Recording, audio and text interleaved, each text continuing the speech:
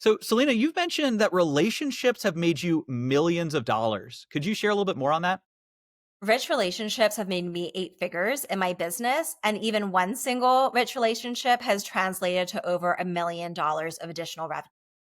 Wow. Can you imagine that having a relationship that earns over $1 million, generating eight figures from the relationships that you have? I am so excited to have Selena Soo here on the Marketing Minds podcast. She is a USA Today best-selling author of Rich Relationships. She's a seven-figure business owner, publicity expert, and is focused on building communities and rich relationships. I actually recently got the opportunity to experience her amazing ability to bring great people together and forge relationships at a dinner party she hosted in Austin, which was fantastic. And I'm so excited to have you here on the podcast. Thank you for having me. I'm so excited to dive in. Excellent. So I think one thing that is going to be really powerful, and we're going to talk a lot about how to have these rich relationships, but I think a lot of people, they don't really know the difference between different types of relationships. And I know one of the things you have are 6 circles of connection, which I think plays really well into what the relationship looks like overall. So could you share a little bit about the different types of connection that people have and how their relationships actually look with different types of people? Absolutely. Yeah, that's my number one favorite framework. So what I'll do is I'll share a high level definition of what rich relationships are. So we're using the same Yes, language perfect. and then the 6 circles to refine it. So first of all, a rich relationship is one that has an energy abundance. So it feels expansive to be in this relationship, right? And it can also bring financial abundance and other forms of abundance into your life. A rich relationship is also with the kind of person that wants to help you reach your goals and dreams faster. So they truly care about you. They want to see you win and they can help you win. And then last but not least, rich relationships are with people who inspire you, right? They're not with people that you feel unsafe around or unsure or that you don't matter to them. So those are kind of like the core characteristics. And with every person that you meet or every person in the world, they fall into one of these 6 circles of connection. So I think it's just so important to know this because for all of us over our multiple decades of life, we have, come across many thousands of people. And we think about, well, how do I cultivate my network with many thousands of people? It's paralyzing. So the first thing to do is think about, well, who are in my inner circles? So the first circle of connection, that is circle 1. So that's your innermost circle. And for most people, they have 1 to 3 people, sometimes a little more, sometimes 0 people. But these are people that you're basically doing life with. They're by your side, they're witnesses, they see your up and downs, and you also feel like they're so supportive, right? You are a priority to them. So those are your circle 1s. It could be a supportive life partner. It could be a longtime best friend. It might even be a therapist that you've spoken to weekly for 7 years, but they really know what's going on. Now, the next circle, circle 2, these are your treasured connections. And this is typically half a dozen to a dozen. So these are some of your very best friends. These might be team members that you work with every day, day in, day out, and you really trust them. These could be incredible colleagues. They might be some of your top referral partners who've always got your back. So these are your really close connections of 6 to 12 people that you're in touch with actively, regularly in touch with. Then you have circle 3. So this is the broader active network. And this will typically be about 100 or so people. It's in the dozens. And there's 3 qualities if someone is in circle 3. So number 1, you have to respect them. There's someone that you hold in high regard. Even if you don't talk to them all the time, it's like you feel like you can vouch for them, you trust them, right? And related to that, they're referable. They're people that you feel comfortable putting in front of your closest friends, clients, colleagues, because of their character and how they show up in the world. And then last but not least, the third R is responsive. So these are people responsive to you. They're part of your active network. You can lean on them. You can reach out to them. It's not a guarantee that you're going to, every time they can come through, you're one of many people in their lives, but you hold each other in high regard and you are, close friends and colleagues. Then you have circle 4. So circle 4 are your distant connections. So these are people that maybe at a distance because maybe you met them one time only or 2 quick conversations. And as amazing as they are from one conversation or 2, they're not going to be an inner circle person. That takes time to build, right? Trust and proximity happens over time. So that's a reason. They could be someone that you've known for many, many years. However, the reality is that there is some misalignment whether they're always down in the dumps and complaining, or they don't follow through on their word, or you just don't feel at complete ease putting your trusted friends and contacts in front of them. And then another reason why they might be in circle 4 is because you're just in a place where you are so maxed out that you don't have the time and presence to really make someone a circle 3 or, or closer, 2 or 1 relationship. So that's the first 4 circles. We have circle 5, which are disconnected relationships. So this is typically when someone has crossed a line. Maybe they have betrayed you and maybe even wish them well, but you cannot be in close relationship. It's actually not healthy for you. Or they could have done nothing to you, but this person is just bad news. And so you're going to keep that distance. And that's healthy. We need to have boundaries. Not everybody is for us. And then there's circle 6. So there's everyone else in the world. And so I share this framework because someone once said to me, maintaining a friendship not rooted in your truth keeps you out of integrity. Maintaining a friendship not rooted in your truth keeps you out of integrity. And it was at a time in my life where if I were to look around, there were multiple friendships and relationships that were not in integrity, not because I was seeking those kind of relationships, but rather over time I discovered we're not in alignment. And that can happen to all of us. And so you don't have to announce I'm moving you from 2 to 4, but mentally you can shift them to an outer circle. You can still be cordial and kind, but you're not going to have the same expectations or hopes or pour the same amount of energy. So, for when we're thinking about our network, sometimes we're so busy meeting new people, but remember okay, well, who are your 1s, 2s, and 3s, right? Those are important to make sure you're pouring time and energy into them. But also in different times of life, circle 4s are important. Someone that maybe you met at a conference and they're circle 4 because you don't talk to them all the time, but oh my goodness, there's an opportunity that just came up and this could be perfect for them. So that's kind of, a framework to help people think about how to manage their energy. That's great. And I love also looking at and being able to categorize the different relationships that you have. And I want to dive a little bit deeper into how to cultivate relationships. So in a second, we'll talk about how to actually get new relationships. I think is so impactful and valuable. But let's say you already have your group of people. So people are thinking about, the 6 different circles, right? Let's say we're looking at how do we cultivate those relationships within each circle. What would you kind of recommend in terms of really helping to make them rich relationships in each of Yeah, absolutely. So when it comes to relationship building, there's 3 phases. So there's build, which is what we're going to go into more later, but how do I meet the right people? Do I have the right people in my circles? The next is nurture. So it's exactly what you're talking about. How do we cultivate these relationships? Because if you know someone, but you're never in touch with them, that's not a relationship that you can lean on. And then the third phase that we'll dive into later is activate, because you can build relationships, you can invest and give and give. But if you're never receiving, then you're not unlocking the power of your rich network. And so the thing is, yes, I have a powerful network, but I'm not the only one who has built a network of influential, supportive people. But I would say not everyone has created 8 figures from their network. So there's a lot that can be created. But I think step 1 is exactly, if you started building that network, it's how do I nurture those relationships, right? So I have 6 different tools. The first tool I'll share is creating your top 40 list. So just like with, the Billboard charts, there's the top 40 songs. There are going to be top 40 relationships that are going to be most important to you in this season of life. And I picked the number 40 because if, we're okay, what are the 3 relationships? That's a lot of pressure to put on 3 relationships, right? But if I said 100 or 200 relationships, well, that feels really overwhelming to people. You can certainly have, obviously many people that are important to you in your network, but you want to have about 40 relationships that you cultivate with intention. And so how do you know which relationships to cultivate with intention? You have to get really clear on your goals. And a lot of business owners actually aren't clear. I've had situations where I had someone who was very successful. He was a Forbes contributor, had an AI company, and lectured at Harvard and Columbia.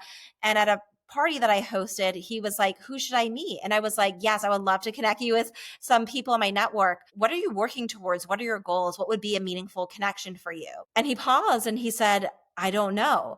And here's the thing. We've all said that. I've even had moments where I've said that, I don't know, let me get back to you. But the thing is, you need to get clarity first in order for other people to support you and to decide who is going to be in that rich network. So, there are different goals. There could be a financial goal, like around a certain number of revenue or clients that you want to get. There could be goals about the impact you want to make in the world, the number of lives transformed. There could be a visibility goal for you in terms of being seen on certain stages or reaching a certain number of eyeballs.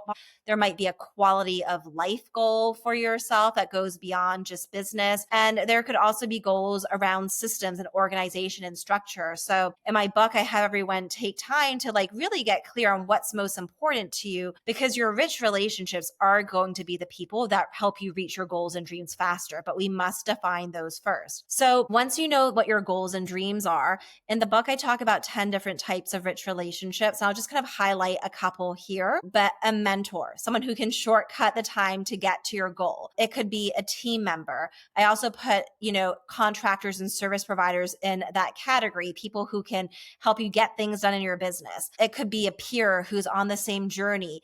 It could be a promoter, whether that is a media professional or referral partner or an affiliate partner. It could be a confidant. So there's different types of rich relationships based on your goals.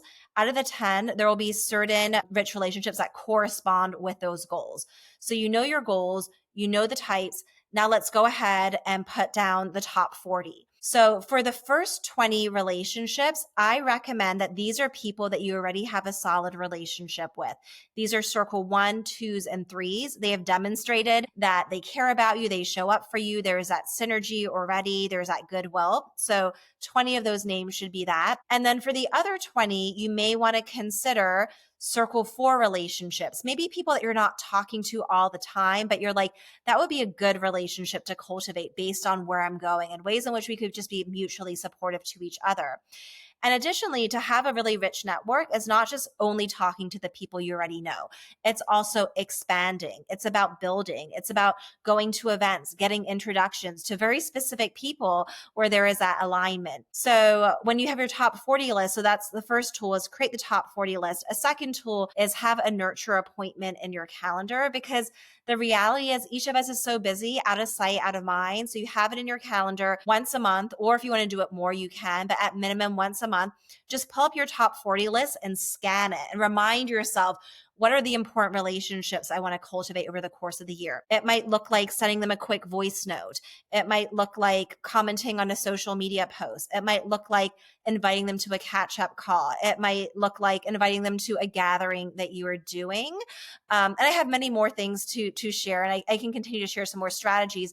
But first and foremost, none of this is going to work if you do not have internal clarity on what your goals are, who are the exact types of people that you really want to invest that time and energy into, and actually having names written down so you know who they are. That's great. And I think that it makes so much sense to actually be able to start creating a system around it and the processes that you have. And I know you outline that, really in depth in the book, as well as you start looking at these different tools to really help you nurture the relationships you have. And I think that's also a great starting point, because everybody has some degree of relationships in these different circles. They might not have as many as other people, but how do you start nurturing those? But then the next question, right, is actually technically the first step, which is build. But how do you actually get more of these relationships? So we talked about nurture. How do you Yeah. actually build these relationships and cultivate new ones? Yeah, absolutely. So the very first sentence in my book is, one rich relationship is more valuable than 100 casual connections. So I'm all about quality over quantity and deep relationships over superficial connections. And I think a part of it just is also connected to the fact that I actually identify as an introvert. So I'm a people person and I love making connections. I love supporting people, but energetically, I am an introvert.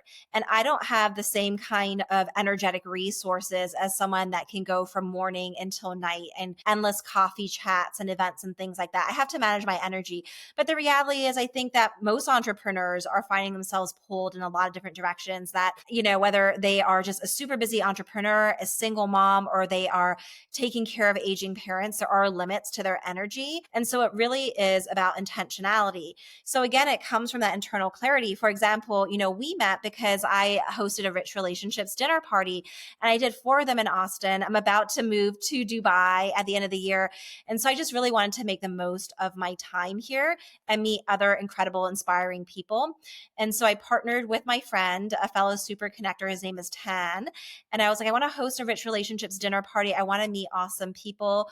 The kind of person that I want to meet is someone that is entrepreneurial, successful, but kind and generous, and just like a really cool, interesting person. And then he put together a list, and I was like, yes, these people are great. And then I was like, Jeff, my friend Jeff, you should come to this party too. And do you think that you could bring 2 or 3 or 4 people? And he brought those people. But if I wasn't clear about the kinds of people, and I did get like a little bit more specific, then people wouldn't have the right people. And so when people are like, oh, wow, this event is so curated, or, there's so much synergy, usually whoever's organizing it had intention that was put into that to make it possible. So you need to have that intention in terms of, your goals and dreams. Maybe you're catching up with Aleric, and Aleric's like, hey, what's happening in your world? And you're like, oh, this is my big goal. And it's like, amazing. How can I support you? Well, you know what? I would love to be invited to events where these kinds of people are. Or I'm hosting something. Do you think that there's 1 or 2 people from your network that would be cool to invite?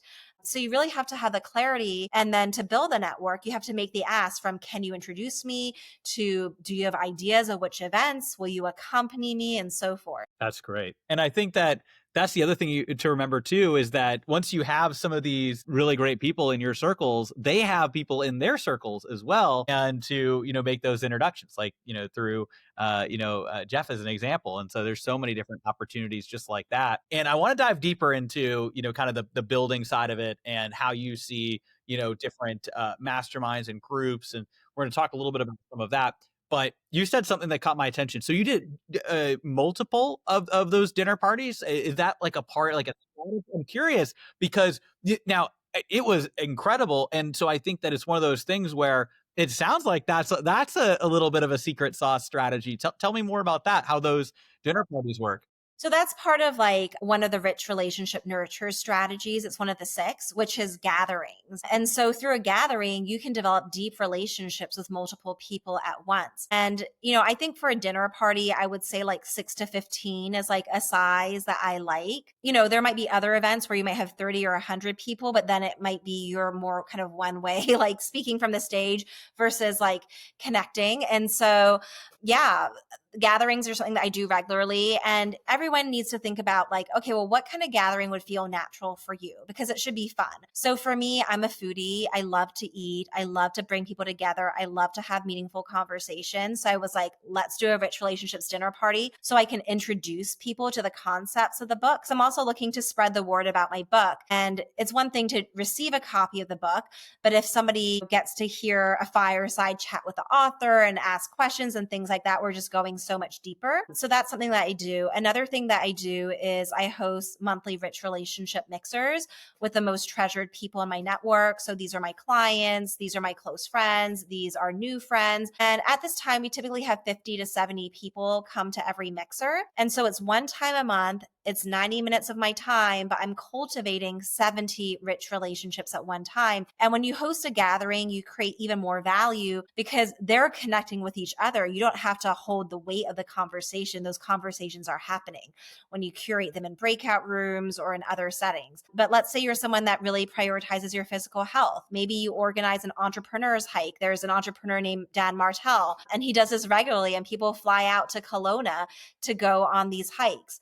Maybe you really love sports, and so you organize parties around major sporting events like the Super Bowl. So I would recommend like adding your own creative flair to it. But I think that everybody should create an event with some regularity. So with what I do, there's a consistency to it. So like, for example, if I were to invite you, Aleric, to a Rich Relationships mixer, I'm like, hey, can you come in November? And you're like, I'm not free that date. I'm like, okay, well, what about December or January? Right? So you can lock someone in.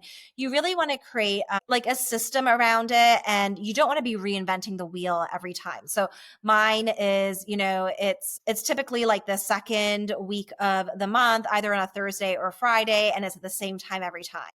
when I moved to Dubai, one of my ways that I'll build rich relationships, I don't know many people there, is there's a little brunch spot next door to my apartment, and they have a private room, and the private room is free on the weekends. And so 2 to 3 Saturdays of the month, I will host a rich relationships brunch, and I'll invite people. I'll give them complimentary copies of the book.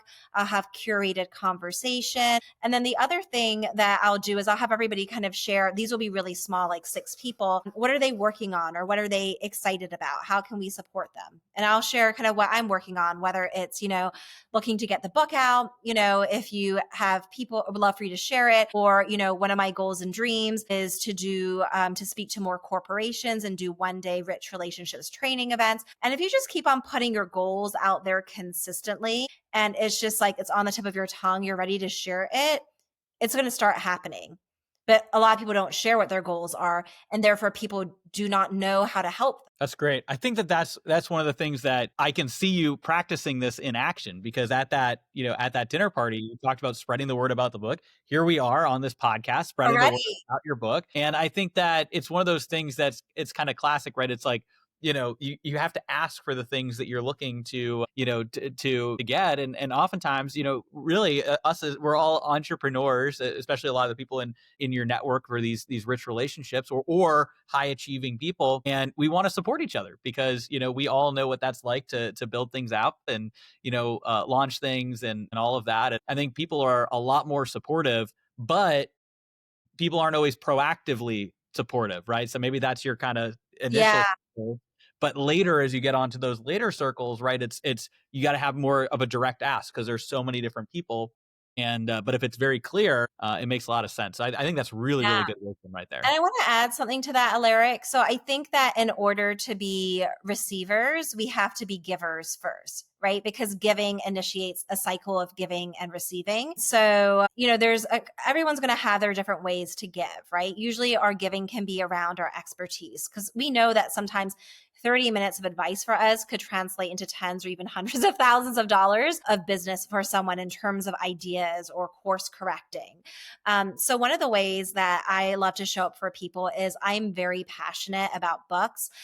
Even before I became an author, I consulted with multiple people on their USA Today and New York Times bestseller launch strategies. It's not something that I actively look to get clients for, but it's something that I have a skill set in. And so if I see someone announcing that they have a book, it's coming out, I'll say, if you're interested, I'd love to send you a recording of a masterclass where I share step by step how I made it on the USA Today bestsellers list, my exact timeline, the number of people on my team, my bulk buy packages, everything laid out. And they're like, oh my gosh, I would love to have that. I'm like, yeah, absolutely. Let me send it to you. But it's a resource that's already created. So it's a very generous thing, but it's not like depleting all my energy. Right. And then for anyone that's like a very close friend, I'm happy to jump on like a 30-minute call or, have a asynchronous chat, because to me, a book launch is something that is really important. I also will tell people things like, hey, I'm so excited your book is coming out. Keep me posted, because I'm definitely pre-ordering a copy and I'll be leaving a review on Amazon and Goodreads. So I'm really quick to give. But the thing is, some of these, well, definitely the recording is very easy thing that takes no energy. The review takes more work, but I think it's very important and meaningful to people. And so I'm willing to do that for the people that I care about. And so for everyone listening, you're going to have your things that you can give. For example, at the dinner party that Aleric and I went to was at someone named Chance's place.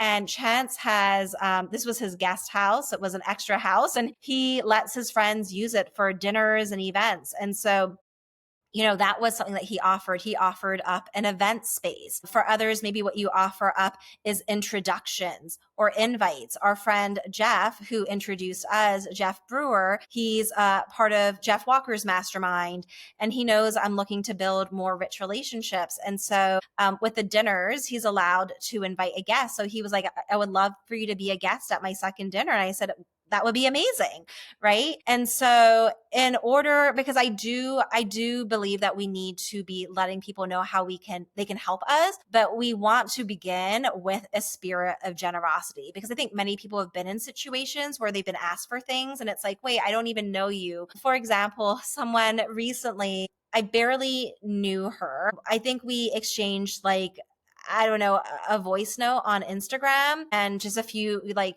brief sentences. And she reached out to me and she was like, hey, I have like a TEDx talk coming out and it's really important to me. And I was wondering if you would be willing to share it and, email your list and share it on social media. And on the one hand, I admire the courage it takes to ask for things, but it was interesting because she didn't even tell me what the title of the TEDx talk was. And I had never interacted with her work. So I can't really speak to the quality of her work versus with a rich relationship I could. And, I definitely support my friends on social media and through email and in different ways. But if we don't have a relationship, I mean, she's basically a circle for like an outer circle for, it's not appropriate to ask someone to email their entire list about you. Like usually that's earned over time. It's one thing if someone was a service provider that I've been working with for years and they needed some support with something, or it was a close colleague and I had been helping them, I don't know, giving them feedback on the talk, then there's a bit more relevance. And so what can happen sometimes is something is so important to us, but we have to remember that it's not necessarily important to the other person if we haven't brought them along our journey. And the first thing that we're doing is just making a big ask. So I don't think she realized that it was not the right timing and that there wasn't a foundation. Although she did say, I know that we're still, yeah, she did mention that I know we don't really have a relationship, but she still asked for it. But that would not be like the way to go about asking. Exactly. And that's the thing that's really interesting is it really shows the importance of that rich relationship because the Yeah. context is everything. Everybody all the time, is asked at a certain spot, if you're you've got following on social media to, hey, can you promote this? Hey, can you do that? And I think that it's just so clear what's the way to actually get in the door is to cultivate that relationship where it's actually, where it's positive on all sides, right? We want to support each other and that person may very well have been able to do that if they went about it that way to build a relationship. It's just trying to shortcut, it's not going to work out it's not as effective. And so in terms of there's a term the term super connector, which I think, definitely describes you and describes, other people we know that just know a lot of people, Tan as an example. Yes. And, and some are like more localized, like Tan, like everybody in Austin. I mean, not everybody, but a lot of the entrepreneurs in Austin, they know who, Tan is. And I know you're very, well connected with all the relationships that you have, initially in the publicity side and now, in cultivating rich relationships and everything. So, first of all, for our viewers and listeners, what is a super connector? And then, maybe share a little bit more about how either somebody can find a super connector. So could you share what a super connector is? Then we'll dive a little. Yeah. So a superconnector, it's actually one of the categories of the 10 types of rich relationships. And so for superconnectors, they know everybody and it's very easy for them to connect the dots between people, ideas, and opportunities. You just start sharing a dream of yours or a challenge of yours, and they're like, oh, I know who you need to talk to. But not all superconnectors are created equal. I will say that, some people maybe just connect on the level of, oh, this is an influential person or this person's connected to your goals. Other super connectors also discern, is this someone that has good character? Because, that piece is important too. Some super connectors can be more sloppy in their introductions and they just like kind of put people together and it's like, wait, why are we talking? Versus other super connectors are a bit more communicative and clear about the synergy.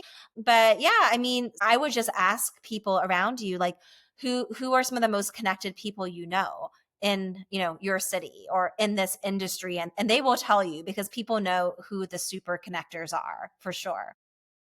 Exactly. And that I think that's such a great way of looking at it too, is that, with super connectors, you want to understand what their ability is to connect you with different people. Are they somebody that has just cultivated a really big network, or is it somebody that, like you said, has built more meaningful relationships, rich relationships, and then they might be able to connect you directly with that person who can really move the needle and make a big impact, which is great as well. Now, I actually think, and I know the answer to this, but I think this is valuable for people who are watching and listening. Like some people might think, oh, do I want to become a super connector? Do you want to maybe share a little bit about, how that's actually, for some people that might be a possibility, but for most people, they don't need to themselves be the No. super connector, but they just need to cultivate rich relationships like what you're sharing. Yeah.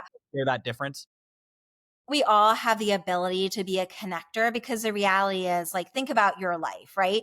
There are certain people that you think are really great, whether it's your chiropractor or a therapist or, someone that runs some kind of agency, right?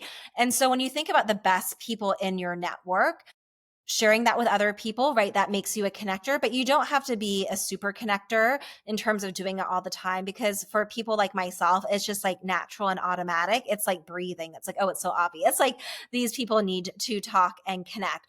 But one thing I do think is very important for all of us if we want to build rich relationships is to show appreciation. And, a lot of super connectors like myself, we're not connecting because we're trying to make money on the back end. Although sometimes, people do have referral programs and things like that, but we're really driven because we're like, ooh, I see how this could be such a win-win connection. And we're really excited to make that happen. And so, when super connectors are connecting people behind the scenes and then something incredible happens, I think the greatest way to thank a super connector is to keep them in the loop and acknowledge them. Like take a picture and text it to them. Thank you for connecting me with Aleric. I just was on his podcast and this was such an incredible opportunity for me. Or, thank you for introducing me to Jennifer. She just hired my company and there's no way she would have found out about me if it wasn't for, your endorsement. And so I find that when people feel that they're recognized and appreciated, it makes them want to help you more. And so the people that receive the most help are the people that really are the most grateful and the most communicative. And what can happen a lot is we can be thinking, oh my gosh, such a great guy, really appreciate that person. But if we never share it with them, it's not going to be felt by them. But once it's felt by them, then it creates a cycle of like continuous giving and supporting each other. Yeah. Yeah, that's, I think, such a great way of looking at that as well. And when it comes to the different types of relationships, I know you shared and you talk about in the book the 10 different types. Are there any other specific ones that you think would be valuable for people to know when they're cultivating different relationships? Maybe, a top 3 that you'd want to kind of share a little bit. We talked about the super connector. Are there a couple other ones that you want to, potentially talk about here that could be valuable for people to look for? I mean, I think that some of the top ones would definitely be the super connector because they have relationships with all kinds of people. I also think that we need to build relationships with promoters, other people that can amplify our work. And I also think that the team member relationship is really important. I think we overlook our team members and just think about who is out there versus who is by our side. But our team members can really make and break our business. And as you get bigger and bigger, it's so much about the collective effort with your leadership, right? But it involves other people. So those are huge. But something I really want to talk about is another nurturing strategy that I think will be a game changer for people. Yeah, So be great. so this strategy is called pinging, and it's this idea of checking in with people. So a light touch, because people might be listening to our conversation and thinking, I'm hearing about dinner parties and I'm hearing about, all these things. And I'm thinking it sounds like a lot of time. And I think that you can choose the things that energize you. So even though it takes time, it's what you want to do and it's enjoyable for you. But I really recommend that people regularly ping other people. So when you think about your best friends, right? There are people that take the time to stay in touch with you. They give you updates. They send you a voice note, whatever it is, right? And usually it's multi-channel. Maybe one moment it's on WhatsApp, then it's a text, then it's on IG, right? So versus maybe people that are just selling to us, maybe it's all just like email, email, email, right? So you want to kind of like vary it up to create that more like multifaceted, multi-touch relationship. But a ping is something that could take literally like 30 seconds, like 10 to 30 seconds. So I might be taking a picture and then as me sending to Jeff, hey Jeff, we were just talking about you. Thanks for making this opportunity happen. With a lot of things that involve nurturing. I like kind of not reinventing the wheel and doing the same thing multiple times. Just like with when I moved to Dubai, there's going to be a rich relationships brunch. It's always going to be on Saturday. It's always going to be at the same time, and it's always going to be at the same location. And after every brunch, I'm going to say, hey, do you know anyone great for the brunch? Connect them to me. And then I just like fill it like that. So with pinging, I really decided to kind of like just kind of stretch myself and ping more people than even felt natural. So for example, when my book hit the USA Today bestsellers list, I took a screenshot of it. And then I learned I hit number 3 on LA Times. I took a screenshot of it.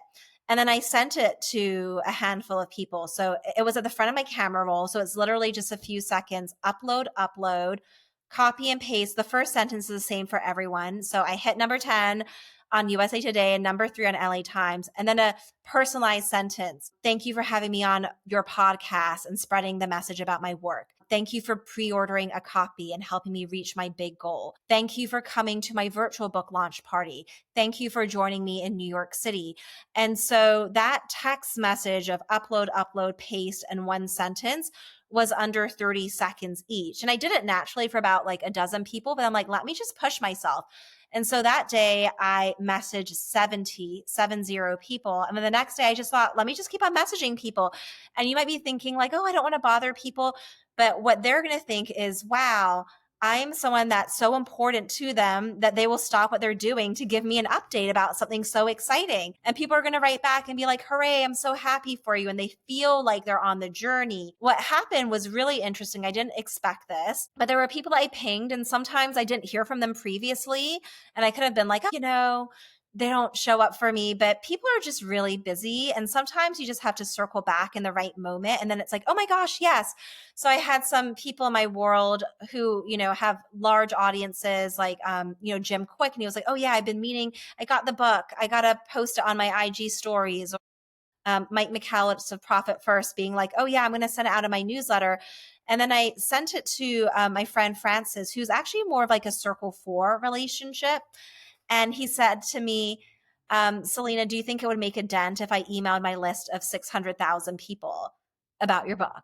And I was like, are you serious? Like, that would be huge. Okay, let me like prepare the email for you.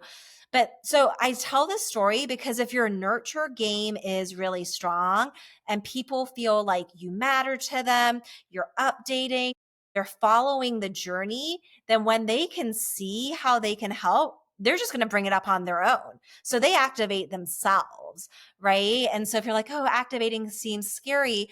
Well, if you focus on the nurturing while communicating to people what your goals and dreams are and where you are, your rich relationships that truly care about you will show up. And it's going to look different to different people. But that's why the nurture is so important, because you cannot have the activation without the nurture. Absolutely. And I think that exactly that ties it all together, because we were just, talking about the build and then the nurture and then the activation. And so it's great to look, okay, how do you actually activate? Is there anything else on the activation side that would be valuable for people to know as they're looking to make that ask? You shared some strategies there. Is there any other tips that you would put into that Yeah. side of?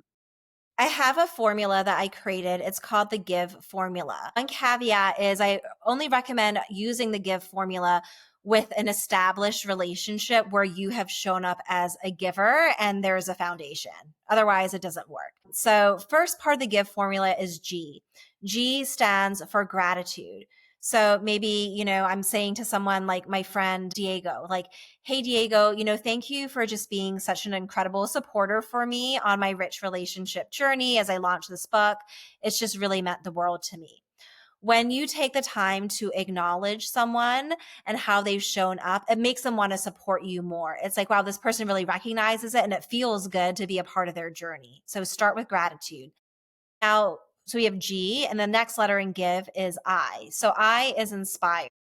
So how do we inspire someone? We inspire someone with sharing our vision, right? So for me, I would say to Diego, as you know, my big goal is to hit the USA Today bestsellers list, because I know that when it hits the list, it's really going to give the book credibility. And it's going to open up the doors to so many things, right? I actually have a vision of one day millions of people being exposed to the rich relationships message. Sharing the vision and why this is important is going to inspire someone to want to support you, right? This matters. Then it's V. So V stands for very specific. A lot of people are not specific. They just say, I've got a book launch, I've got something coming out. But when you're very specific, they know exactly how they can plug in. And so in Diego's case, I said to him, I want to get on the USA Today bestsellers list. I have to sell at least 4,000 copies of my book between pre-orders and launch week.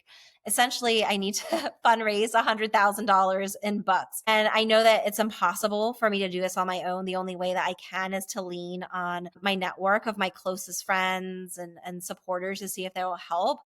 I was wondering if you would be open to supporting me through a bulk buy of 20 books, right? So I was very specific on the number, and that would be $500. And then the last is the E. So it's the easy out. So it's just the energy of low pressure. You're not expecting or demanding, but you're putting it out there. And so, yeah, I would just be so appreciative of any way you can support. But regardless, I really appreciate all the ways that you've shown up and support me. And then, yeah, he responded and he was like, yes, count me in for, 20 books, $500. And then for other people, I would have things like bulk buy packages so that it was super win-win. So it's like you buy the books, but then you're also getting all of these incredible bonuses. But in his case, I knew that he wasn't interested in the bonuses. So you kind of customize your ask per person. But yeah, GIV, you want to express gratitude for the relationship. You want to inspire them with a big picture vision. You want to be very specific so they know exactly what they need to do. And sometimes you also want to include like by when and how much, the specific action. And then E, low pressure, kind of easy out language. That's a really good one, the give framework to remember. And especially as you've cultivated that relationship, is a great opportunity to be able to activate it. But as you mentioned, making sure you're building a real rich relationship, just like that example we talked about earlier, had you had that rich relationship with the person asking to help promote their TED Talk, then they could have used that method. And because there's already a relationship there, then naturally you would have wanted to help them. And I think that's something we all think about. So we want to put ourselves in the shoes of the other people. I think it's a really, really good lesson. One of the last questions I have is the curiosity around AI and how that is finding its way into rich relationships. I know you have processes, but there's really that human element too, and even the human nature of going to dinners. And I think more and more we're seeing AI being adopted and utilized. There's a lot of great opportunities, but there's also a real opportunity in that human connection, like you're sharing here. But I'm curious. Are there ways that you're using AI or recommendations around using AI to amplify this strategy, or is it very human focused? I'm curious, like, if there's any way that you're leveraging AI maybe in keeping track of some of these types of relationships. Yeah, I mean, you can use AI in all three phases. So let's say with the build phase, if you're thinking about who do I need to add to my network, like you can let AI know these are the kinds of people I'm looking to connect with. Ideally, they're already connected to people that are in my network on LinkedIn and so forth. And it can kind of give you a list of names. So that can be helpful. And then AI can also help you with your communications. I use a tool called Whisperflow where I just talk and it writes it out and then I put it into Chat GPT and it cleans it up and things like that. But I'm still very much involved in the process. So I would say what AI does is it helps you move faster. And, you still need to have the internal clarity of what you're looking to get and adding your personal touch because and to each their own, but sometimes like people will connect with me on LinkedIn and I can tell that it's like their assistant doing it. And when something feels outsourced, it feels like, well, I'm not that important. And I get it. People are so busy. But for me, I don't have my assistant, managing my most important rich relationships. That being said, I do have a VIP relationship manager. And after I've created a foundation, I might connect them to her as well to like support. But I think that you never want someone to feel like you've lost the human touch and you're just outsourcing things to technology or another person because you're trying to save time in your interactions with them. You mentioned something I have to ask about, a Okay. VIP relationship manager. what does that look like? And it might not be a fit for everybody, right? So there's different levels of where people are at in their business and in their cultivation of relationships. But what does that look like? And who might be a good person to have somebody like that? And then what does that actually look like? Like, what is that role? Yeah. So there's different titles. It could also be like a client care manager, customer success manager. But for me, all of my clients are high level individuals. My business model shifted from serving the masses to supporting the entrepreneurs I admire and respect the most. So these are like super VIP relationships. And you need somebody that has, what's the word, but they can command respect and like operate at the same level as them. And with the rich relationships I have, I always like to connect people and support people. So my VIP relationships manager, I mean, I have a unicorn. She happens to be a business coach and a copywriter. And on the side, she's also a relationship coach. So she's got a lot of skills, but we plan events together. We, think about how we can support our clients together. And I know that when my clients are in her hands, they're getting the same kind of level of support as they would with myself. And she also, it's not as big of a part of our business, but when I did have like an affiliate program, she would also run that. And so, I think everyone might want to think about whether it's the formal title or it's just one part of the role. Who are your VIP relationships, right? Your top paying clients, these are VIPs, your promotional partners, your affiliates. Maybe you have connections with the media and so forth, but having someone really trusted to manage and nurture those relationships for you. That's great. That's good to think about, who can that be inside of your organization? Doesn't have to be the VIP relationship manager title, but having somebody like that. So that gives me things to think about as well. And then, Aleric, if you don't mind, I just want to add, because when my VIP relationship manager gets on calls with our clients, I always get the Fathom recording with the trends or with the note summary. So I can like within, 2 minutes see like all the important points and then chime in with additional ideas. So even if I'm not on the call, I'm still very much involved in knowing exactly what happened. That's great too. And also that's another benefit of AI too, because you could get the cliff notes of recording, things like that. And then that can help you spur that relationship. So I love that. Selena, this has been fantastic. And we're going to have a final golden nugget in just a second. That's how we like to end in the episode. Anything we didn't share that we think is going to be valuable. But before we get to that, how can people find out more about rich relationships? Of course, getting the book is definitely encourage everybody to do that. But how can people learn more about you? Where would you like to send people? Yeah, absolutely. So they can go to Selena, SELENA underscore Soo, SOO. So SELENA underscore Soo, SOO on Instagram. They want to say hi. I can also send them the first 4 chapters of my book for free, as well as my rich relationships scripts. Because to build rich relationships, you have to have conversations with people. You need to know how to initiate conversations. You need to know how to nurture. You need to know how to ask. And so when people read the book, they're like, that's my favorite part, is like how you word and phrase things. So I compiled all the top scripts. I mean, basically, yeah, across the entire book and put them in one document. So just reach out to me on Instagram and just say that you want the scripts, and I'll send those over to you.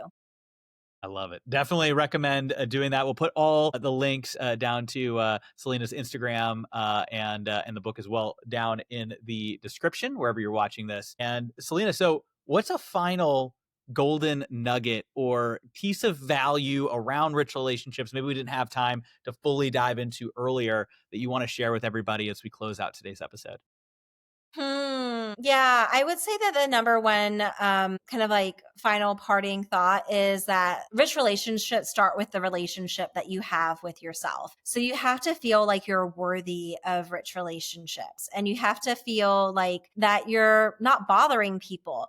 When you choose to really live your life through the spirit of generosity, if you're someone that's constantly giving, then that takes away the fear. So people would ask me, like, even when you were just first starting your business, you didn't have clients, you didn't have a following. How did you feel so confident in, building these relationships with these hugely influential people.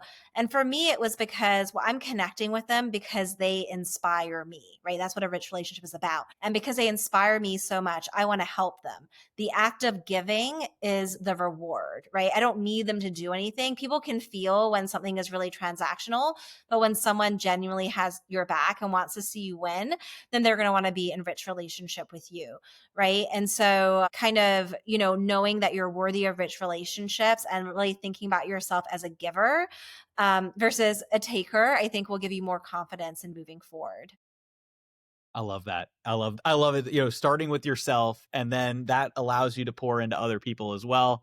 And then focusing on giving, because it really does all come back around. And, those are the people that people want to do things for, is the people that want to do things for other people. So you want to be the type of person that you would also want to give to, because then people are going to give to you. And so it all comes around. So I think really amazing wisdom here, Selena. I feel like we could talk all day.